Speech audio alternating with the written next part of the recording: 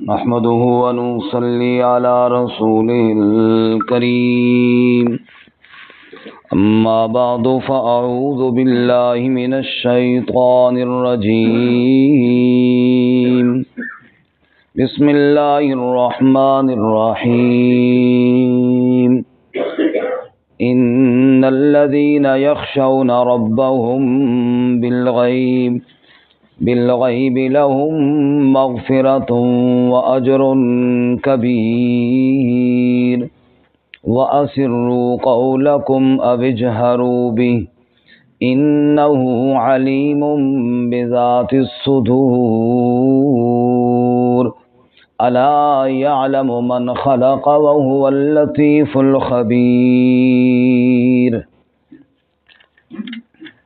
إن الذين بے شک وہ لوگ یخشون ربهم بالغیب جو ڈرتے ہیں اپنے رب سے غیب کے ساتھ لہم مغفرۃ واجر کبیر ان کے لیے مغفرت ہے اور بڑا اجر ہے واسروا قولکم او اجہروا بہ اور تم چھپاؤ اپنی بات کو یا ظاہر کرو اس کو انہ علیم بذات الصدور بے شک وہ جاننے والا ہے سینوں کے راز الا یعلم من خلق کیا نہیں جانتا وہ جس نے پیدا کیا وہو اللطیف الخبیر اور وہ تو باریک بین ہے خبر رکھنے والا ہے سبحان ربک رب العزت عما یصفون وسلام علی المرسلین والحمد للہ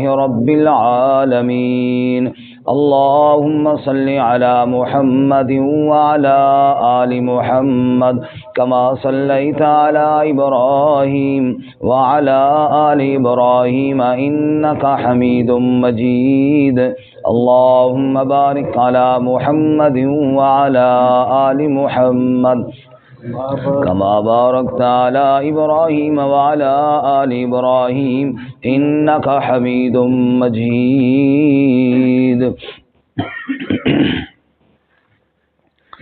معزز سامعین،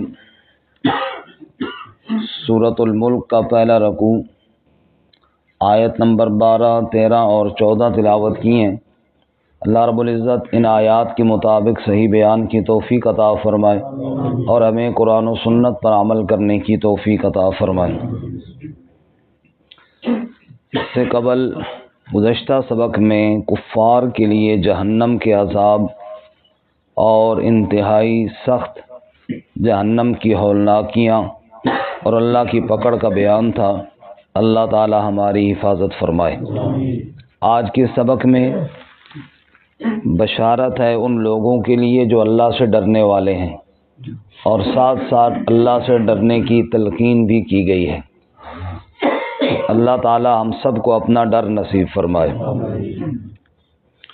فرمائے ان الذین یخشون ربهم بالغیب لہم مغفرۃ واجر کبیر، بے شک وہ لوگ جو اللہ سے ڈرتے ہیں بالغیب، بن دیکھے۔ غیب اس چیز کو کہتے ہیں جو حواس سے باہر ہو، محسوس نہ ہو۔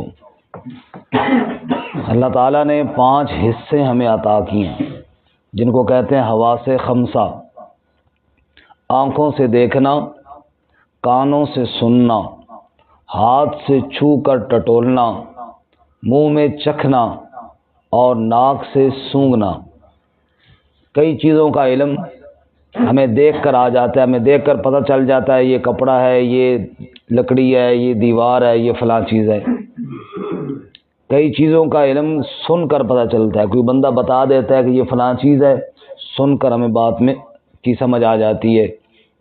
کئی چیزوں کو ہاتھ میں ٹٹولتے ہیں، اچھا جی یہ موٹا کپڑا ہے یا باریک ہے، یہ اصلی ہے یا نکلی ہے، نوٹوں کو ٹٹولتے ہیں ہاتھ میں لے کر۔ اسی طرح سونگھ کر خوشبو کا پتہ چل جاتا ہے کیسی ہے۔ اسی طرح چکھ کر بعض چیزوں کا پتہ چلتا ہے، دیکھنے میں بڑی لذیذ ہیں، چکھتا ہے بندہ تو پتہ چلتا ہے بڑی کڑوی ہیں۔ یہ وہ ہیں حواس، ان کے ذریعے علم حاصل ہوتا ہے۔ اور جو چیز حواس سے بالا تر ہو اس کو کہتے ہیں غیب۔ ایمان والوں کی پہلی صفت ہی اللہ نے یہ بیان کیا سورۃ البقرہ میں کہ الذین یؤمنون بالغیب، کہ ایمان رکھنا ہے غیب کے ساتھ۔ اسی لیے آپ دیکھ لیجئے کہ توحید پر عقیدہ رکھنا مشکل اس لیے ہے کہ وہ غیب ہے۔ اب کسی نے مورتی سامنے بنائی ہے، کوئی اس کے سامنے جھک رہا ہے، کوئی گائے کے سامنے، کوئی گھوڑے کے سامنے، کوئی کسی اور ہستی کے سامنے، تو وہ ایک سامنے ایک چیز نظر آتی ہے، غیب نہیں ہے، لہذا آسان ہے۔ اور ایمان کا کمال یہ ہے کہ یہ غیب پر ایمان ہے۔ جنت ان 5 حواس میں سے ہم محسوس نہیں کر سکتے لیکن پھر بھی ایمان ہے۔ جہنم کو ان 5 چیزوں کے ساتھ ہم محسوس لیکن پھر بھی ایمان ہے۔ فرشتوں کو محسوس نہیں کر سکتے لیکن پھر بھی ایمان ہے، اور ذات باری تعالی تو ان تمام چیزوں سے بہت بلند و بالا ہے، پھر بھی ہمارا ایمان ہے۔ اس لیے اللہ تعالیٰ فرماتے ہیں جو بن دیکھے مجھ سے ڈرتے ہیں، اس ڈر پر میں ان کے گناہوں کو معاف کر دیتا ہوں۔ اچھا، بعض ایسے اعمال ہیں نا جن کے ساتھ گناہ معاف ہوتے ہیں۔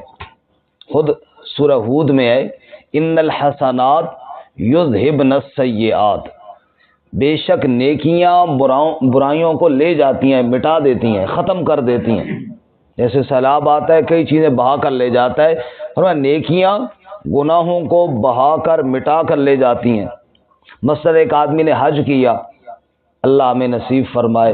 رسول اللہ صلی اللہ علیہ وسلم نے ارشاد فرمایا جس نے حج اللہ کی رضا کے لیے کیا ہے اور اس میں کوئی برائی کا کام، بے حیائی کا کام نہ کیا اس دوران، تو وہ واپس ایسے لوٹتا ہے جیسے ماں کے پیٹ سے آج پیدا ہوا۔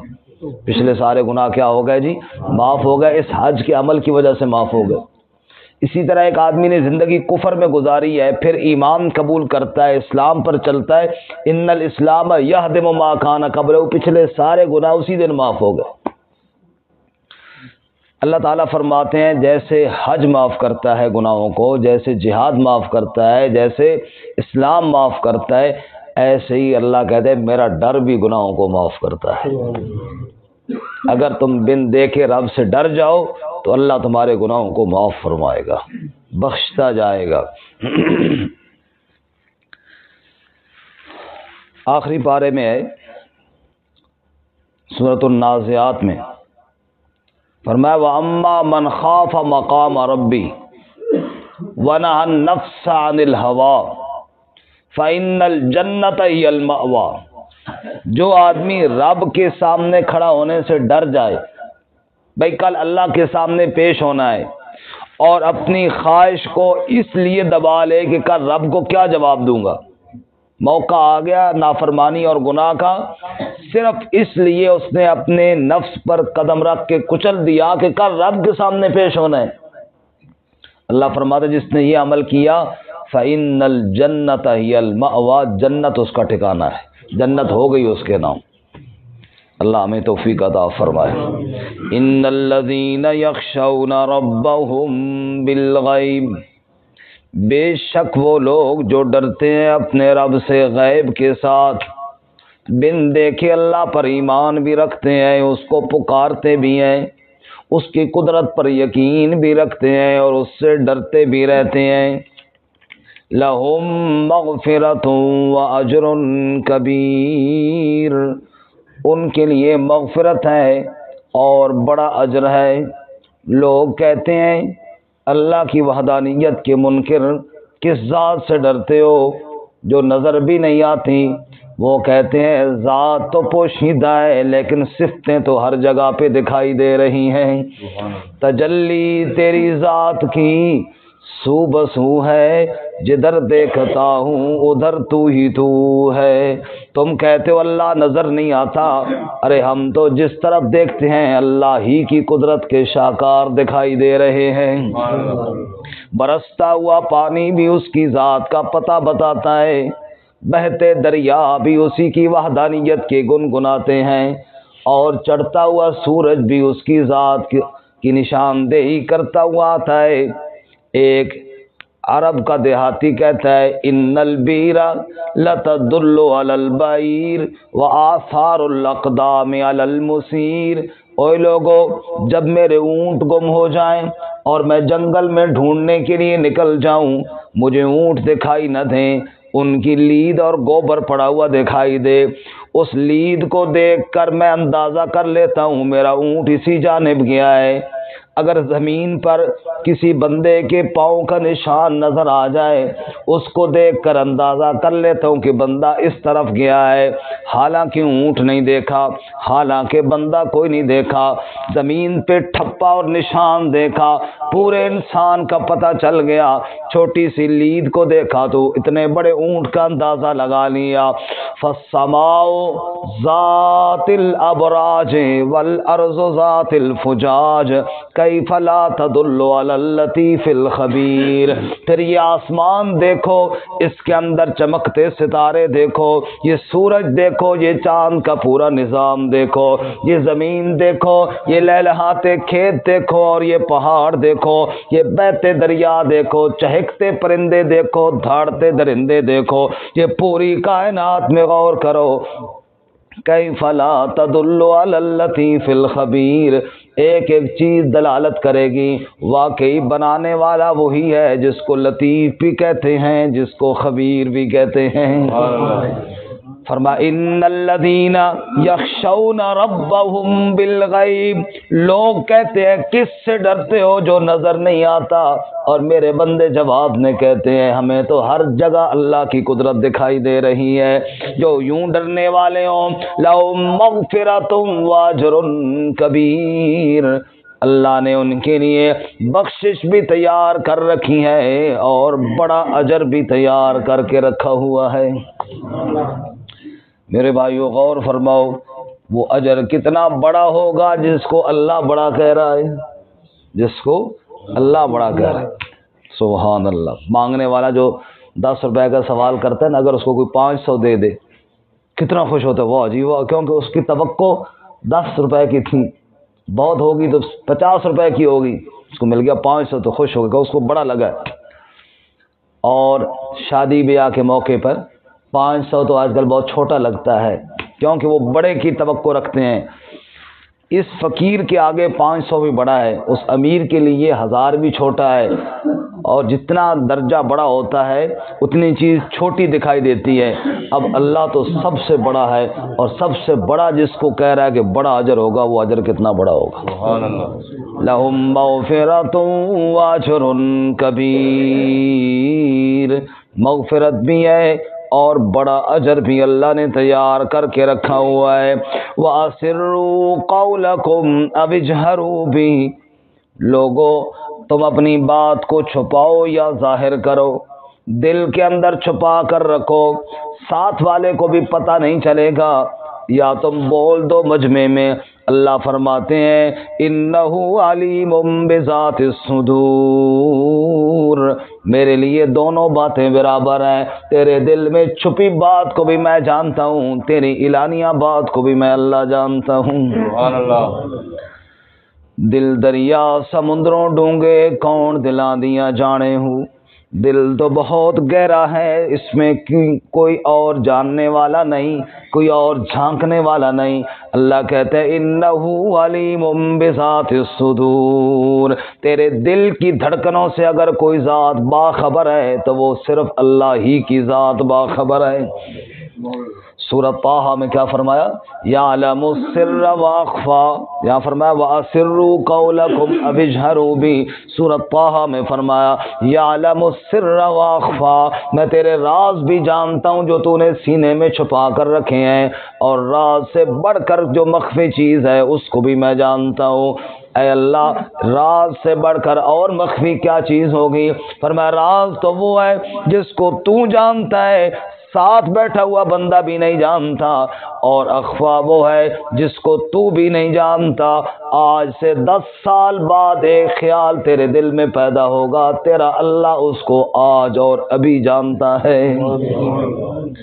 انہ علیم بذات الصدور، بے شک وہ سینوں کے راز جاننے والا ہے، اور کیوں نہ جانے خالق جو وہ ہے، الا یعلم من خلق، کیا وہ نہیں جانتا جس نے پیدا کیا؟ دل کو پیدا کرنے والا کون ہے؟ تو پھر دل کے راز جاننے والا بھی اللہ ہے۔ تیرے دماغ اور شعور کو پیدا کرنے والا کون ہے؟ تو پھر سوچنے کی طاقت دینے والا کون ہے؟ جب سوچنے کی طاقت اسی نے دی ہے تو تو جو سوچے گا اس کو جانتا بھی وہی ہے، وہی سب کچھ جاننے والا ہے۔ وَهُوَ اللَّطِيفُ الْخَبِيرُ، اسی کا نام ہے لطیف۔ لطیف کا ایک معنی تو ہے لطف کرنے والا، ایک معنی تو ہے رحم کرنے والا، شفقت کرنے والا، پیار کرنے والا، اور دوسرا معنی ہے لطیف کا باریک بین، چھوٹی چھوٹی چیزوں کو دیکھنے والا۔ جہاں دنیا والوں کی نظر نہیں پڑتی وہاں رب کی نظر پڑتی ہے۔ دنیا والے تو دیکھتے ہیں بندہ نیک کام کر رہا ہے، رب دل کو دیکھتا ہے، نہیں یہ ریاکاری کر رہا ہے۔ دنیا والے تو دیکھتے ہیں بڑا اچھا کام کر رہا ہے، حاجی صاحب بن کر آ گیا ہے، اللہ کہتے ہیں نانا میں نے دل میں دیکھا یہ میری رضا نہیں ہے، یہ دکھلاوے کے لیے کر رہا ہے۔ وَهُوَ اللَّطِيفُ الْخَبِيرُ، دلوں کے راز جاننے والا، دلوں کے ارادوں سے باخبر رہنے والا، دلوں کی دھڑکنوں کو جاننے والا وہ صرف تیرا اللہ ہی ہے۔ وَهُوَ اللَّطِيفُ الْخَبِيرُ، لطیف بھی اس کو کہتے ہیں، خبیر بھی اسی کو کہتے ہیں، ہر ایک چیز سے باخبر رہنے والا۔ تو نے جو عمل کیا مت سمجھ کے بھول گیا ہوگا، مت سمجھ کے اللہ کو پتہ نہیں چلا ہوگا۔ من یعمل مثقال ذرۃ خیرا یرا ومن یعمل مثقال ذرۃ شرا یرا، ذرہ بھر بھی تیری نیکی کو اللہ دیکھ رہا ہے، اللہ خبر رکھنے والا ہے، اور ذرہ بھر تیری برائی سے بھی اللہ باخبر رہنے والا ہے۔ اس لیے اللہ فرماتے ہیں بن دیکھے مجھ سے تو ڈرنا شروع کر دے، تیری غلطیوں سے میں درگزر کرنا شروع کر دوں گا۔ تو میرے بھائیوں اور میرے بزرگوں، اصل چیز اللہ کا ڈر ہے۔ اللہ ہمیں نصیب فرمائے، جتنا اللہ تعالیٰ کا ڈر ہوگا اتنا ہی اللہ کی رحمت متوجہ ہوگی، اور اتنا ہی اللہ گناہوں کو معاف فرمائیں گے۔ اللہ تعالیٰ مجھے، آپ کو، ہم سب کو عمل کرنے کی توفیق